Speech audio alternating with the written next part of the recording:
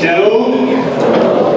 Ya, kita bersyukur kalau kita tinggal di negeri kita Indonesia yang tercinta, yang penuh dengan damai.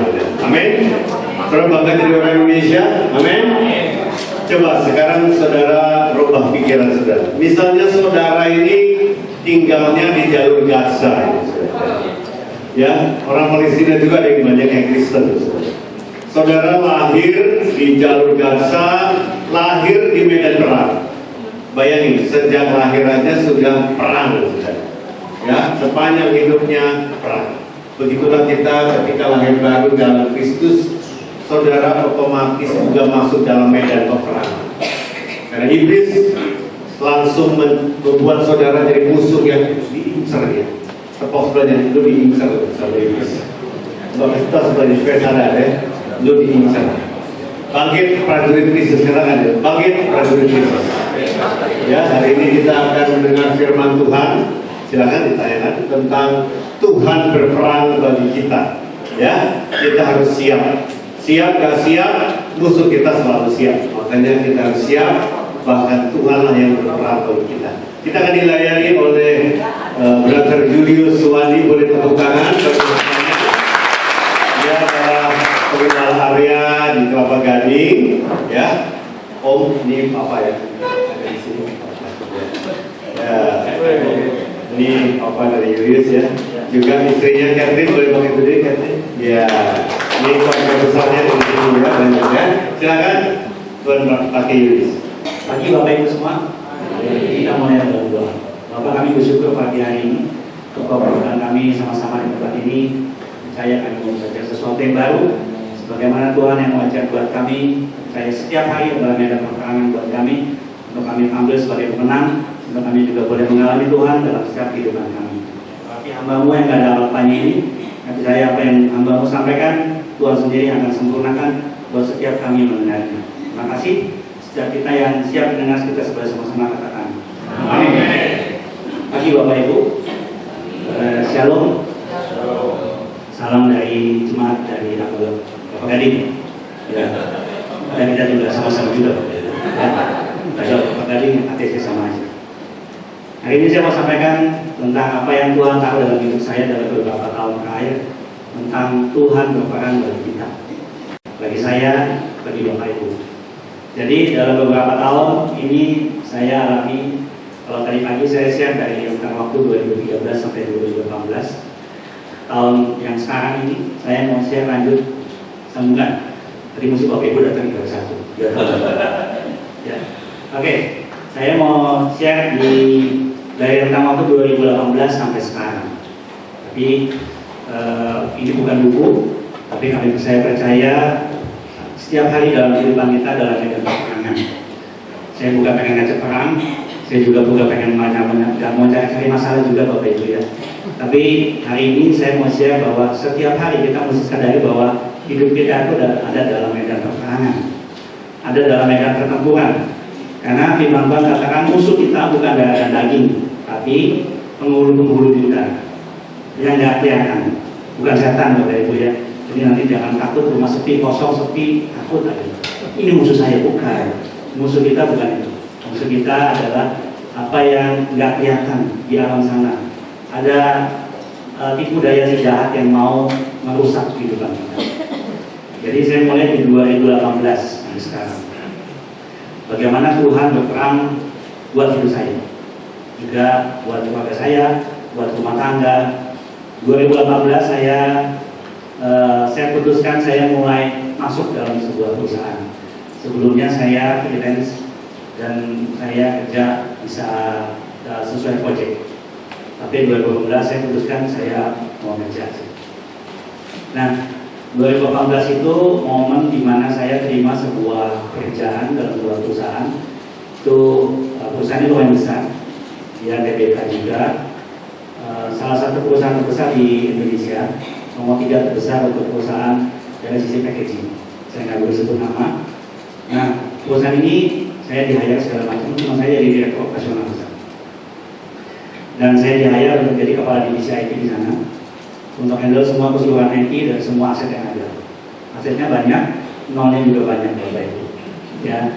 Dan Nah, di share kita percaya kalau makin tinggi pohonnya makin besar anginnya Bapak Ibu.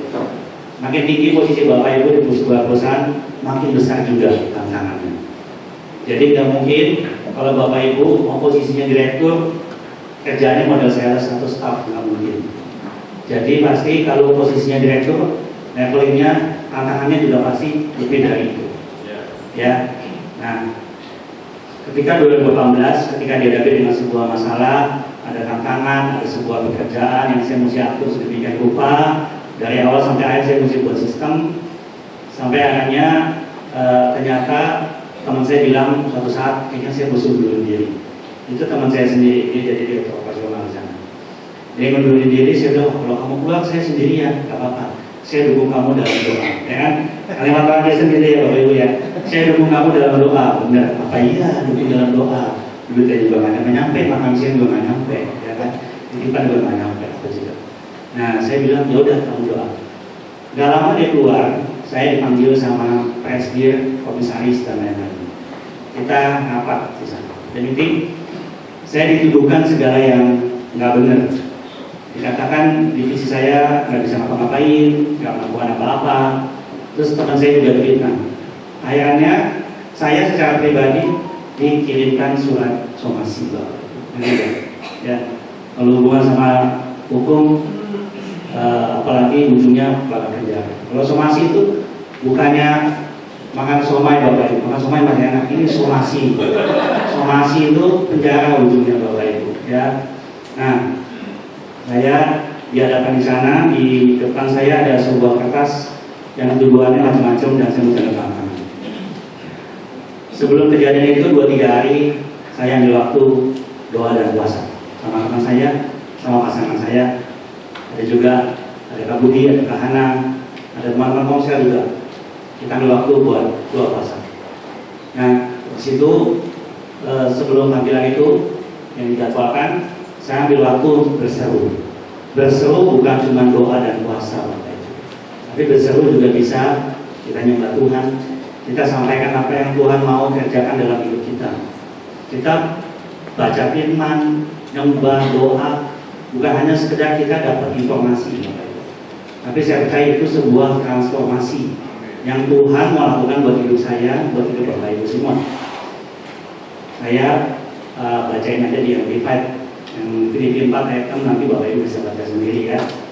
Nah, saya suka punya beberapa versi Alkitab, tapi yang kali ini saya mau share dengan di Amplified, khususnya yang tentang berseru. Saya mau share tentang 3B. B yang pertama tentang berseru. Nah, di sini dikatakan do not be anxious or worried about everything, but in everything, in every circumstance and situation, by prayer and petition, with thanksgiving, continue to make your specific requests known to God. Nah, yang saya garis bawahi atau saya bold warna kuning, highlight, itu yang saya tertarik di dalamnya. Kenapa? Kita biasa dalam doa, dalam puasa, kita cuma ya ungkapin apa isi hati kita. Tapi dalam sebuah keadaan kita diminta untuk kita menyampaikan dengan sebuah hal yang spesifik dalam keadaan dalam situasi. Kenapa? Karena di sini kalau kita perhatikan ada by prayer and petition. Bapak Ibu tahu nggak apa bedanya doa dan petisi? Doa itu hanya saya kepada Tuhan, one on one. Tapi kalau petisi, kita ini rakyat, Tuhan itu pemerintah. Petisi adalah sebuah ungkapan yang rakyat semua kumpulin sama-sama nih aspirasinya dan sampaikan kepada tuannya, rajanya. Itu petisi. Jadi petisi nggak bisa sendirian. Kalau kita tahu sekarang ada namanya www.change.org, itu salah satu online petition, petisi online yang kita bisa ungkapin kepada pemerintah. Kita kumpulin sebanyak suara yang kita kumpulin, aspirasi untuk mendukung sebuah hal supaya pemerintah aware karena itu. Untuk pemerintah bisa tahu, oh ternyata rakyat saya ini lagi maunya ini. Nah, by prayer and petition itu kita mesti share dengan sesama teman-teman komsel. dengan keluarga kita, dengan pasangan kita ya, bukan pasangan orang lain, Bapak Ibu. Ya, jadi mesti share satu sama lain. Kita support. Jadi ketika kita doa secara pribadi, kita ungkapin, teman-teman komsel juga tahu, keluarga juga tahu, pasangan tahu, itu bagaimana kita sedang menyampaikan petition with thanksgiving dengan ucapan syukur, petisi dan doa dengan ucapan syukur. Nah, jadi momennya ketika yang tadi saya sampaikan, 3 hari ke depan saya bakal dipanggil untuk sebuah somasi, dan di sana saya difitnahkan segala jahat. Saya awali dengan doa dan puasa dengan yang tadi, orang-orang terdekat saya, baik pasangan, baik orang tua, baik juga teman-teman komsel, ada juga murid, juga orang sekitar saya sampaikan apa yang saya sedang hadapi. Nah, di hari itu saya duduk bareng, teman saya juga duduk bareng sama saya, yang di mau somasi itu divisi saya, karena dia sudah di saya, dia punya bagian lain. Nah, di situ dari awal sampai akhir dia sudah, para presiden dan komisaris sudah menyusun segala situasi yang jahat untuk tanda kutip memenjarakan saya. Nah, di situ saya lihat bahwa bagaimana Tuhan bekerja dan berperang buat hidup saya. Kenapa? Karena momen ketika saya diancam dengan tanda kutip somasi tersebut, itu momen adalah peperangan dimulai. Itu genderang perang dimulai.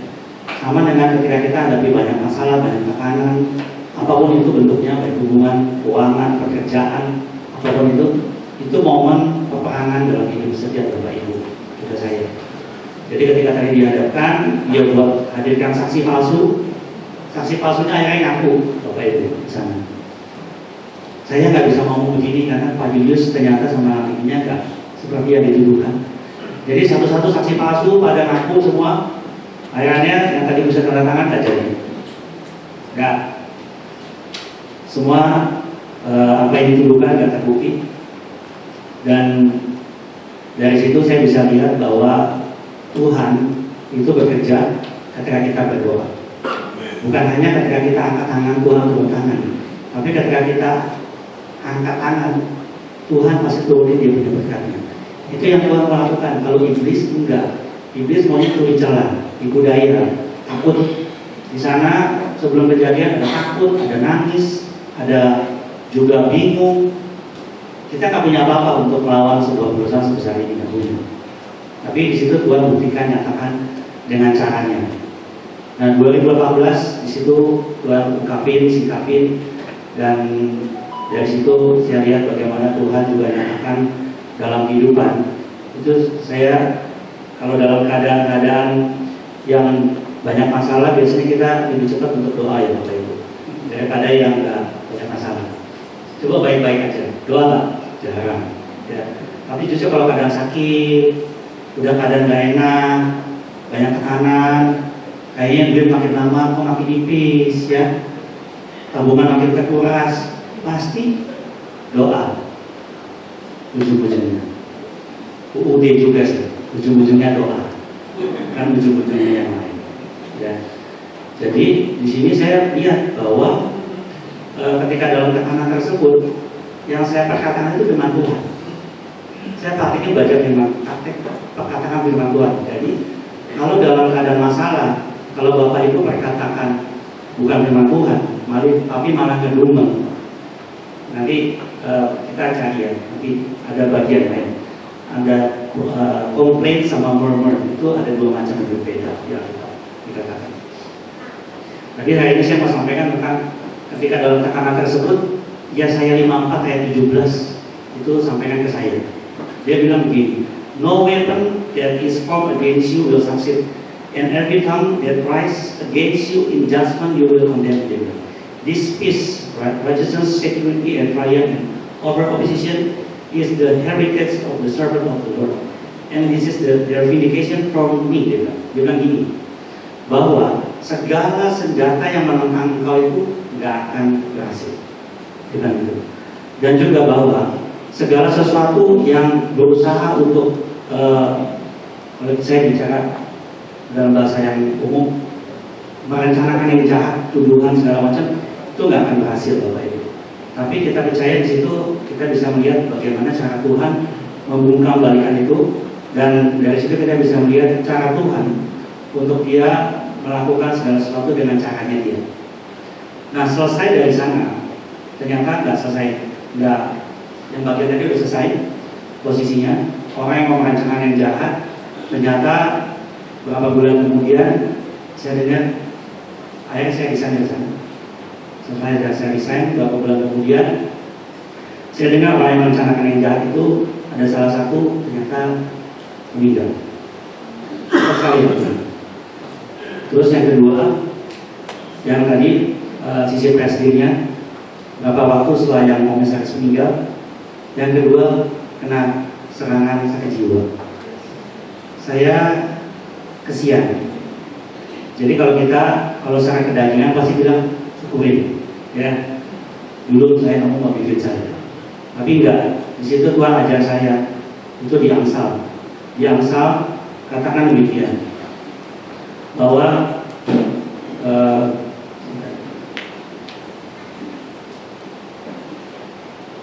dia bilang gini di Amsal, jangan bersukacita kalau musuhmu jatuh, jangan hatimu beria-ria kalau ia terkosok, supaya Tuhan tidak melihatnya dan menganggapnya jahat, lalu memalingkan mukanya daripada orang itu. Dia bilang gini, kalau kita melihat musuh kita jatuh, jangan kita senang, jangan sampai muka Tuhan turun buat kita.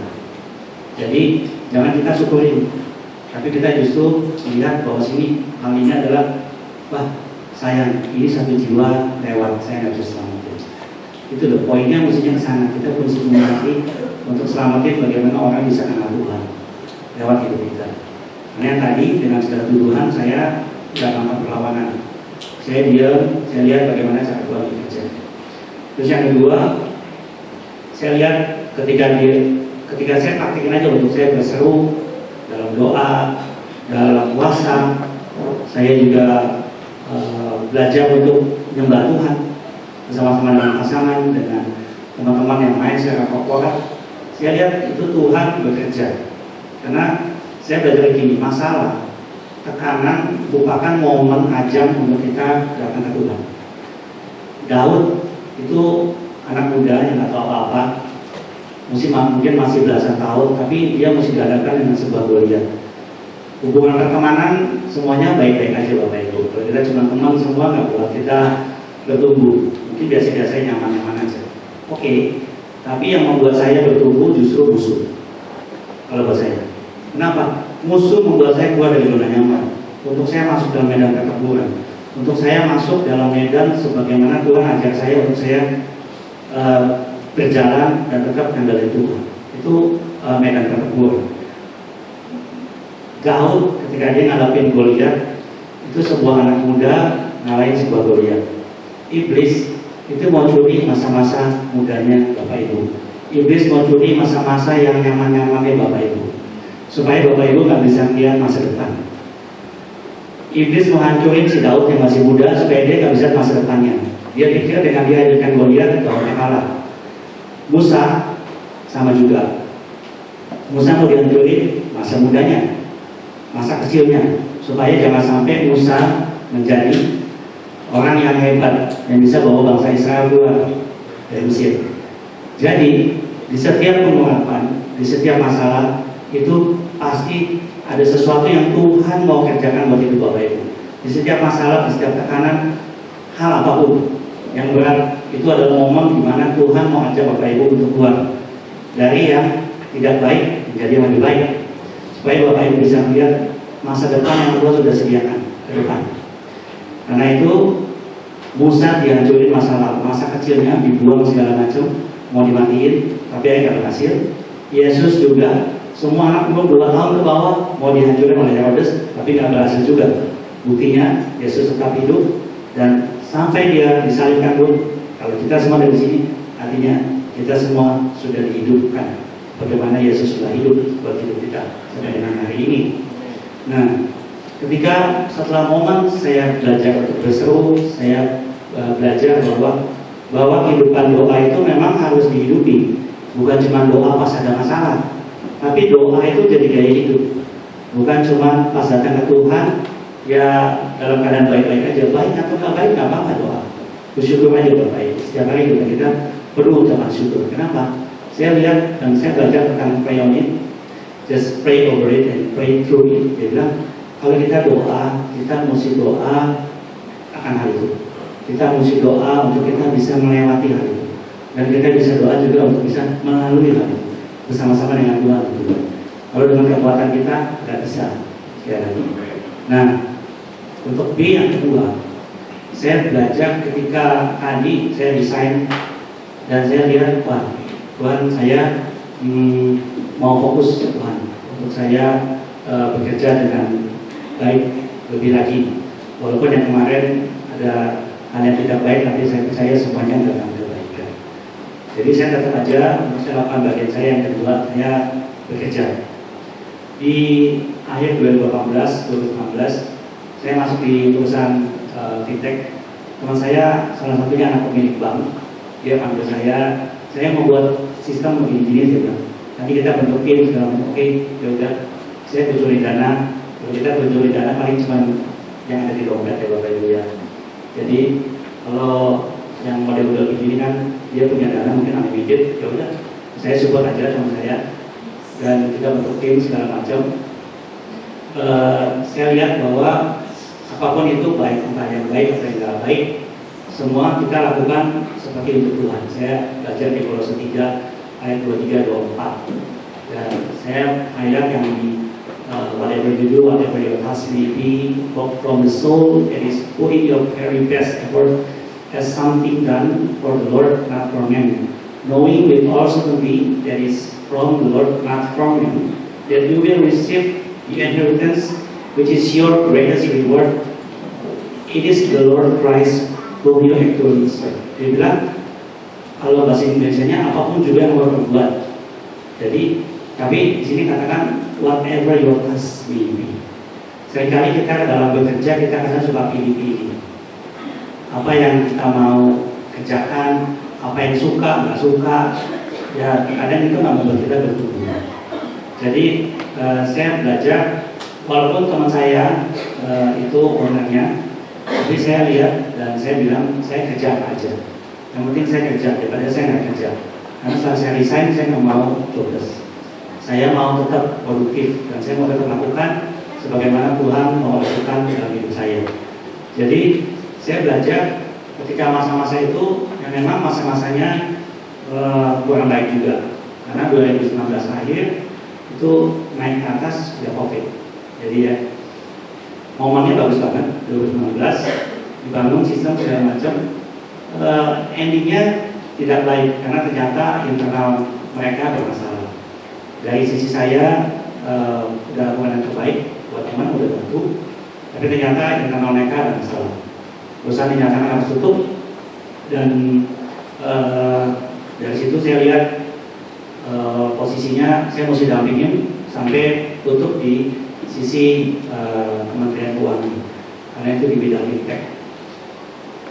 Dan dari situ saya melihat bahwa Tuhan memang punya caranya sendiri untuk tolong seseorang. Jadi selesai dari kejadian yang tadi itu banyak hal yang Tuhan kerjakan.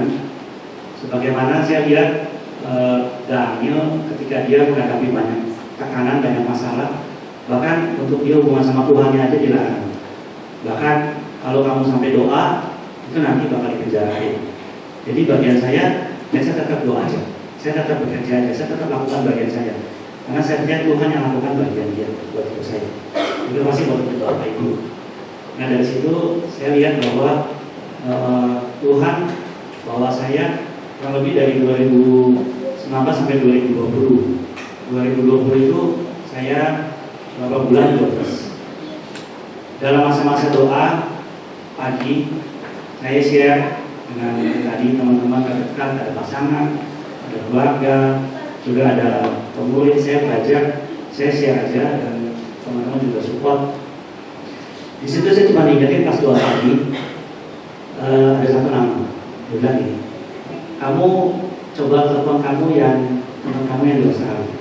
Itu suara dalam hati saya ngomong gitu. Tapi saya cuekin Bapak Ibu. ngapain teman saya di Australia, buat apa telepon dia? Saya bilang, enggak, kamu telepon aja. Suara itu datang sebulan berapa kali, terus saya cuekin. Itu Februari. Maret datang lagi, April datang lagi. April pertengahan akhirnya saya putuskan untuk saya WhatsApp, saya nggak telepon. Saya cuma tanya kabar, ada kabar gimana di sana segala macam. Ya kabar lagi COVID, ini itu mau pulang Indonesia juga susah. Terus dia cuma bilang, sekarang kamu gimana? Dia bilang, saya jobless. Saya lagi cari kerja. Perusahaan yang kemarin dia juga tahu sebelumnya bareng dia, dan dia juga sebelumnya perusahaan saya sebelumnya fintech gak bareng saya karena dia udah beberapa sekali. Terus ya, dia akan kasih tahu segala macam, ini ada lowongan buat kamu tapi levelnya rendah banget. Gak apa-apa, saya bilang, yang penting saya kerja, daripada nggak kerja saya stres. Jadi apapun kerjanya saya terima. Dan dari situ dia cuma buat janji, nanti ya ownernya lagi pergi luar negeri. Nanti pas pulang baru bisa interview. Ya udah, pas pulang dia datang, ketemuan lah, singkat cerita, dia interview segala macam. Saya mau bilang ini, Pak, saya kerja apa aja nggak apa-apa, nggak masalah. Saya backgroundnya IT, saya pernah di sini segala macam. Tapi apapun bukan Bapak butuh saya mau kerja, nggak apa-apa. Saya nggak pilih-pilih, Pak. Terus dia, ownernya tatap mata saya begini, Julius, kamu nilai diri kamu tak belajar. Saya ingat sebagaimana Petrus berhadapan dengan Yesus pada zaman, Tuhan, pergilah, aku ini seorang berdosa, kata Petrus. Tapi Tuhan bilang, kamu akan menjadi penjala manusia, bukan menjadi penjala ikan. Terkadang kita menilai potensi kita terlalu rendah. Kita nggak sadar bagaimana Tuhan hidup dalam hidup kita. Kan katanya Tuhan hidup dalam hidup Bapak Ibu, Tuhan hidup dalam hidup kita, katanya. Tapi bagaimana itu mengekspresikan hal itu dalam kehidupan nyata. Nah, ketika dalam posisi seperti itu saya baru sadar, ternyata Tuhan mau ajar saya untuk saya apresiasi apa yang Tuhan taruh dalam hidup saya. Di situ saya bilang ini, posisi yang Bapak saya kasih belum ada di sana selama ini. Nanti kamu langsung tanggung jawabnya ke saya. Selama ini cuma hanya manajer dan dia yang manajer. Nanti kamu langsung direct ke saya. Udah, apapun itu saya ikut aja Pak. Dari situ dia bilang, kalau perusahaan umumnya probation berapa lama Bapak Ibu? 3 bulan ya? 3 bulan. Kalau tempat saya enggak, 3 minggu Bapak Ibu. 3 minggu nggak cocok out. Jadi udah banyak orang ternyata sebelum saya yang 3 minggu out. Baru saya masuk, saya baru tahu kalau saya disuruh pegang 7 perusahaan, bukan cuma 1. Kalau dulu saya cuma pegang 1 perusahaan 1. Ya. Jadi 7 masuk pegang. Dan dari 7-7-nya itu punya masalah dan problematika sangat banyak. Dan sekali lagi, ini momen medan pertempuran yang Tuhan ajar. Bagaimana Tuhan ajar saya untuk berperang dalam setiap apa yang saya hadapi. Saya bawa aja dalam doa, saya bawa dalam puasa, saya minta hikmat Tuhan. Tetapi saya belajar disiplin rohani, tiap hari saya lakukan aja, sesibuk apapun saya lakukan. Tapi saya lihat problem itu di perusahaan itu banyak macam.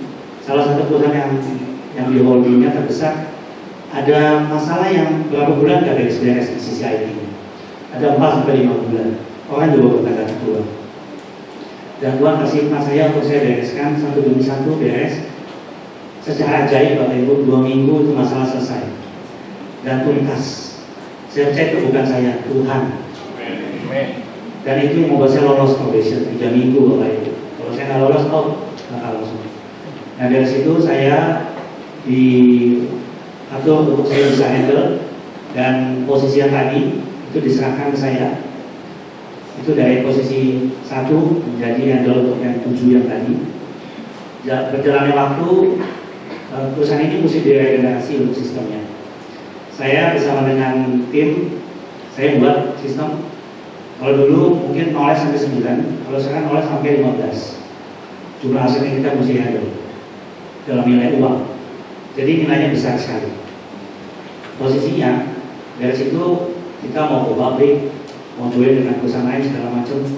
sistemnya sangat rumit, saya mesti bentuk tim.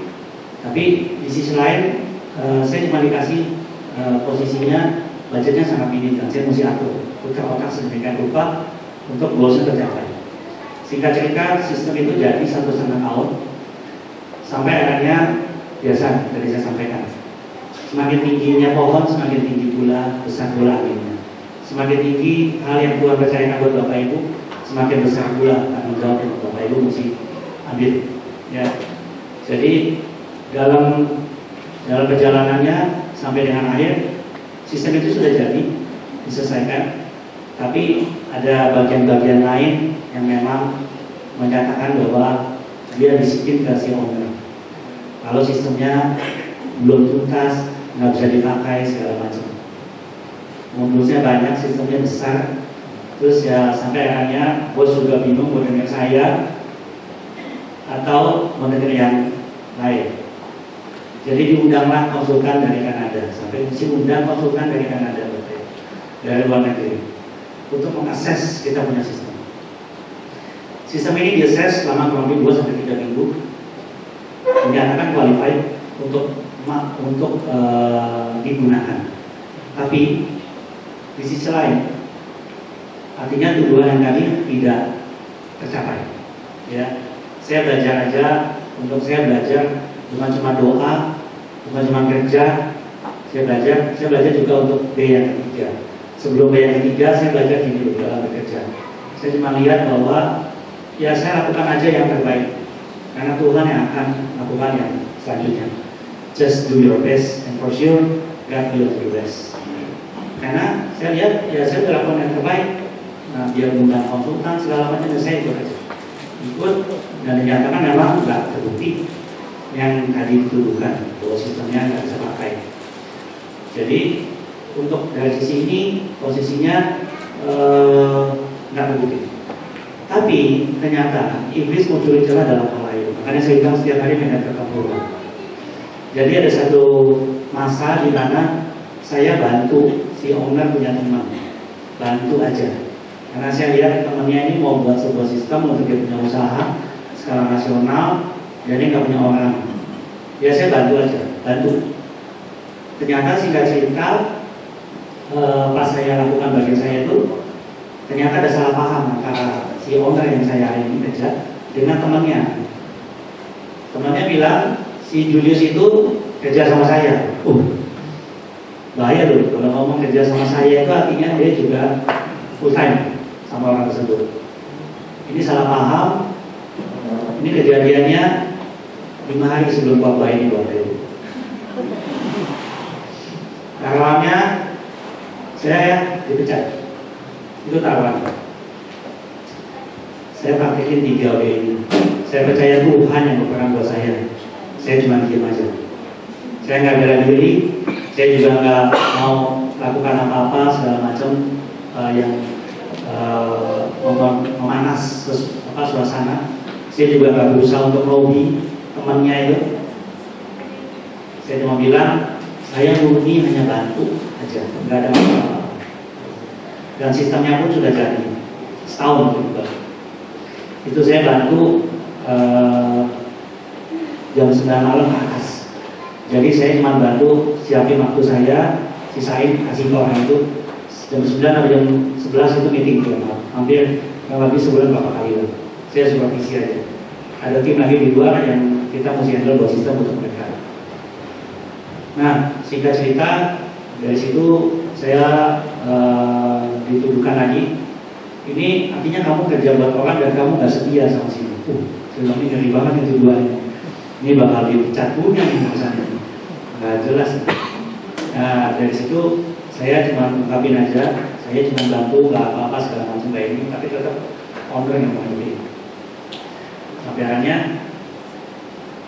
pagi ini pasangnya di sini. Ownernya masak saya, tempat saya kerja. Ya, itu dia bilang ini, Julius, ternyata saya baru ngerti. Yang kamu ngomong kemarin, kamu hanya bantu. Dan saya salah paham sama kamu, dan teman saya juga ungkapin bahwa kamu nggak kerja sama dia. dan kamu hanya murni untuk bantu supervisi aja, nggak yang apa-apa. Maksudnya dari sini dia baru paham, dan ternyata saya baru paham posisinya yang saya tuduhkan ke kamu itu salah paham. Jadi di sini saya bisa lihat di ayat ini firman Tuhan berbicara keras, bukan hanya buat saya, tapi saya melihat mungkin juga buat Bapak Ibu bicara. Tuhan akan berperan untuk kamu dan kamu akan pulang saja. Ini dia firman katakan, the Lord will fight for you when you only need to. Only need to artinya kamu cukup lakukan yang kamu bisa lakukan aja. Jangan yang lain. Bukan bagian kamu untuk bela diri, bukan bagian kamu untuk juga menyatakan apa yang benar, apa yang salah, bukan bagian kamu. Biar Tuhan. And just remain calm. Tetap tenang aja. Jangan takut. Walaupun dalam hati saya takut, sedih, mungkin juga ada timbul juga kecewa, bisa juga.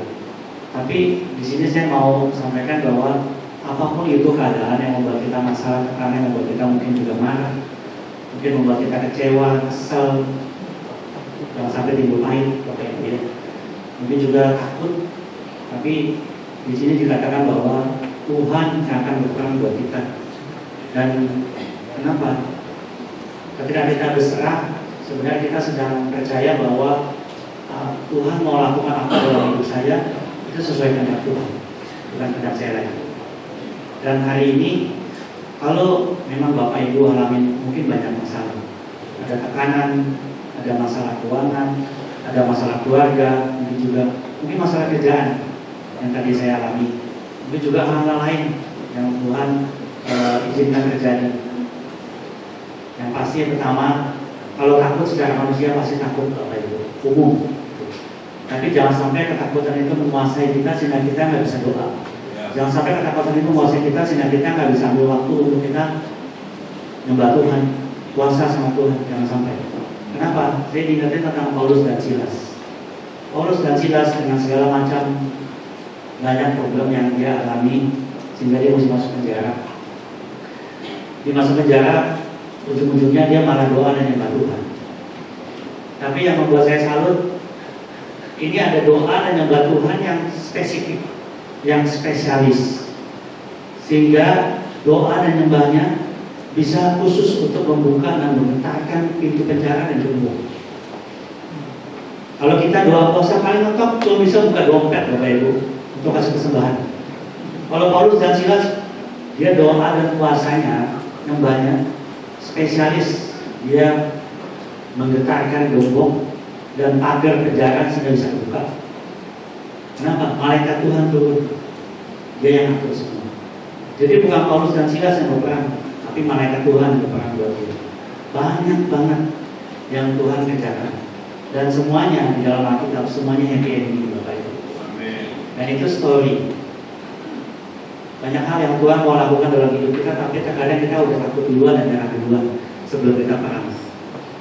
Jadi jangan kita cuma rajin update story ya di sosmed, tapi lebih baik kita baca his story, itu yang di Alkitab. Alkitab is not history buat saya. Alkitab itu bukan kitab sejarah, bukan juga kitab yang takut untuk dibaca. Kalau kita rajin baca kitab, kita makin mengenal apa yang Tuhan mau lakukan dalam hidup kita, apa yang Tuhan mau kerjakan dalam hidup kita. Itu karena itu kita mesti rajin baca kitab. Ngerti nggak ngerti, ada waktu nggak ada waktu, baca aja. Praktikin aja kitab, doa, puasa, nyembah Tuhan itu jadi gaya hidup.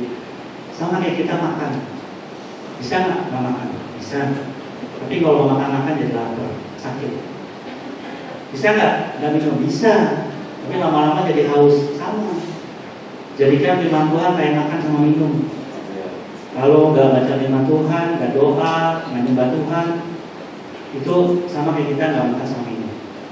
Karena saya percaya bahwa hidup kita setiap hari itu medan peperangan. Kalau kita nggak izinkan Tuhan yang berperang buat kita, siapa lagi? Kita nggak bisa apa-apa Bapak Ibu. Perhatiin, cuma dihantam masalah di kita udah takut. Coba kita perhatiin, apa yang membuat masalah terbesar yang buat Bapak Ibu takut? Sakit penyakit, apalagi hubungan keluarga rusak, pernikahan. keuangan, apalagi banyak macam. Ya, anak mereka masuk sekolah, uang nggak ada, segala macam banyak. Bahkan setiap hari juga ketemu mungkin pasangan, kita istri, kita suami juga bawel, itu juga masalah juga. Tapi itu bukan Goliat, itu bukan kopi ketapel, gitu. Tapi Goliat itu nggak kelihatan yang kita hadapi. Medan pertempuran yang kita hadapi setiap hari itu nggak kelihatan. Jadi kalau hari ini Bapak Ibu ada di sini bersama dengan saya percaya bukan sebuah kebetulan. Tapi ada satu hal yang Tuhan mau ajar buat diri kita, untuk kita belajar dengan dari Tuhan.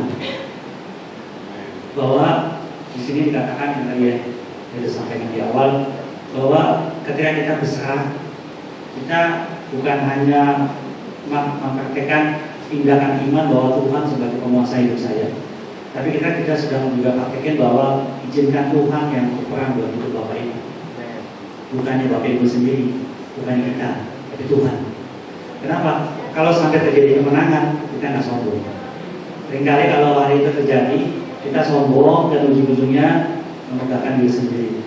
Memegang diri sendiri dijamin nggak lama. Karena firman Tuhan ajarkan dan katakan bahwa akar dari kejatuhan adalah kesombongan. Itu Amsal, bukan saya. Ya, Amsal yang katakan. Jadi kalau kita sombong, itu cikal bakal pertama kali permulaan dari sebuah kejatuhan. Jadi jangan sombong. Katakan sama kanan kiri, jangan sombong.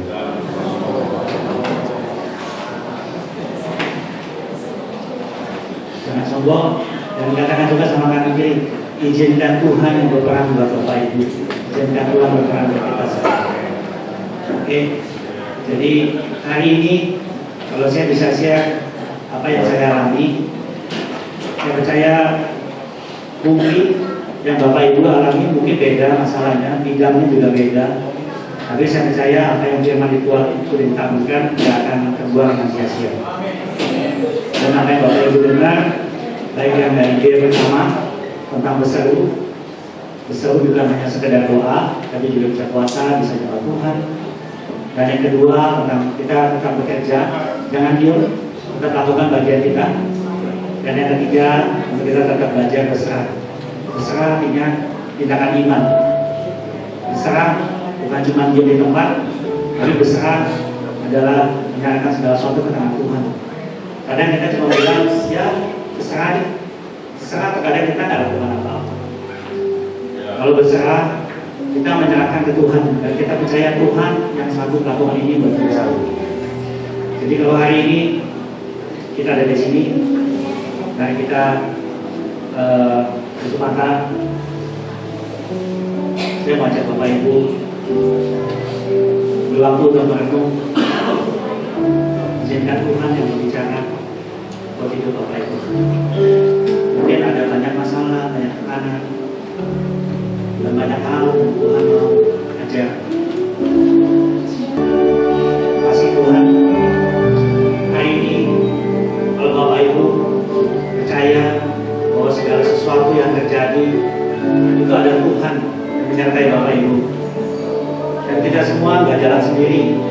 Kita semua berjalan sama-sama dengan Tuhan. Bagaimana Tuhan berperan buat hidup Bapak Ibu dan saya. Hari ini kalau Bapak Ibu mau responnya hari ini, saya minta untuk Bapak Ibu kami berdiri. Kasih Tuhan. Kami percaya Tuhan, kami mau respon firman-Mu dan apa yang terjadi dalam hidup kami, baik kemarin, hari dan ke depan. Tuhan yang ambil alih hidup kami, yang mau tetap melakukan bagian kami, untuk kami tetap berseru kepada Tuhan, untuk kami tetap melakukan bagian kami dalam bekerja, dan untuk kami lakukan bagian kami untuk kami berserah. Terima kasih Tuhan. Terima kasih banyak. Hari ini saudara, kalau kau sedang dalam peperangan rohani di dalam pergumulan hidupmu, mari kau tahan di dadamu. Entah itu terjadi dalam hubungan dengan keluarga, atau dengan pekerjaan, atau dengan keuanganmu, atau dengan kesehatanmu, atau apapun yang sedang kau alami, begitu berat, begitu menekan kau. Mari hari ini taruh tangan di dadamu dengan jujur. Tuhan, ini aku siap Tuhan. Aku mau Tuhan bangkit dan berperang. Aku tahu inilah bagianmu yang mau melatih aku Tuhan. Mari berapa banyak saudara melihat sekitarmu yang terutang di dada, boleh bantu doakan dia, doakan saudara. Mari semua kita boleh care satu dengan yang lain. Tuhan, kami mau mendukung saudara kami yang sedang dalam pergumulan, baik itu urusan dengan keluarga, suami, istri, anak, orang tua, saudara, ataupun dalam pergumulan dengan keuangan, pekerjaan, usaha, ataupun hubungan dengan kesehatan, ataupun apapun yang sedang dalam menekan kami bersepakat menyatakan bagi jiwa kami untuk bangkit, roh kami untuk bangkit. Kami mau berseru kepada Tuhan. Kami tidak mau menyerah, kami tidak mau berputus asa. Kami berseru memanggil nama Tuhan, berseru Tuhan menyebut nama Yesus, berseru supaya roh kami menyala-nyala, bukan menjadi padam. Kami mau terus bekerja, mengambil bagian kami bertanggung jawab atas bagian yang kami bisa buat. Kami tidak mau bermalas-malasan dan menyerah, tapi kami mau Tuhan ambil bagian yang kami. Tuhan berikan tuntunan bagi kami ya Bapa, dan kami terakhir berserah total. Dan Tuhan yang berperang bagi kami, Tuhan yang mengambil alih peperangan ini bagi kami. Purapata kasika paparapata kasika ramapani, semua kita berbahasa kita rapata kaya ramapata takala parata kasika ramapata kita ramapata kaya ramapata kaya masika ramapata. Tuhan, kami berdoa Tuhan di dalam roh Tuhan, bagi saudara kami yang sedang menghadapi pergumulan, peperangan dalam hidupnya ya Bapa. Kami bersepakat sebagai gereja Tuhan untuk Kristus ikut berperang dan ikut berebut kembali Tuhan. Semua janji Tuhan itu digenapi sepenuhnya dalam kehidupan saudara kami ya Bapa. Janji kesembuhan, janji pemulihan, janji kemenangan, janji pemulihan, semuanya Tuhan lakukan. Tuhan genapi dalam nama Tuhan Yesus Kristus. Kami patahkan tipu muslihat siasat musuh, siasat iblis yang mengadu domba, yang mau menakut-nakuti kami. Kami tolak, kami lawan di dalam nama Tuhan Yesus Kristus Tuhan. Dan umat-Mu Tuhan bangkit lebih dari pemenang. Terima kasih ya Bapa, terima kasih Tuhan. Kami siap Tuhan dalam setiap perkara mengandalkan Tuhan. Kami tidak mau Tuhan menyerah dan berbuat dosa, tapi kami bahkan bangkit lebih sungguh mengasihi dan mengandalkan Tuhan. Terima kasih ya Bapa. Kami tahu hidup kami benar-benar Tuhan selalu siap dalam medan peperangan. Itulah keadaan kami di dunia ini, tapi kami tidak takut karena Tuhan yang bersama kami, mendampingi kami, menyertai kami di dalam nama Tuhan Yesus. Yang percaya katakan amin. Tepuk tangan buat Tuhan. Haleluya. Ya Bapak Ibu, 2 minggu lalu saya hubungi Julius. Saya berkata, kamu siap diserahkan firman, siap apa yang Tuhan bicara. Terus dia bilang Tuhan berperang. Ternyata berapa hari setelah dia terima undangan pelayanan ini, Catherine WA, waduh, peperangannya lanjut sih, peperangan lanjut ini. Dan jawabannya baru tadi pagi WA, ya bosnya bisa mendengar berita yang balance dan bisa menerima keadaannya. Kalau nggak dia dipecat sudah. Tapi memang ngeri-ngeri sedap itu Tuhan Yesus itu. Ya katakan sebenarnya ngeri-ngeri sedap, tapi pasti ujungnya sedap. Ujungnya happy ending. Amin. Sekali lagi beri kemuliaan bagi Tuhan.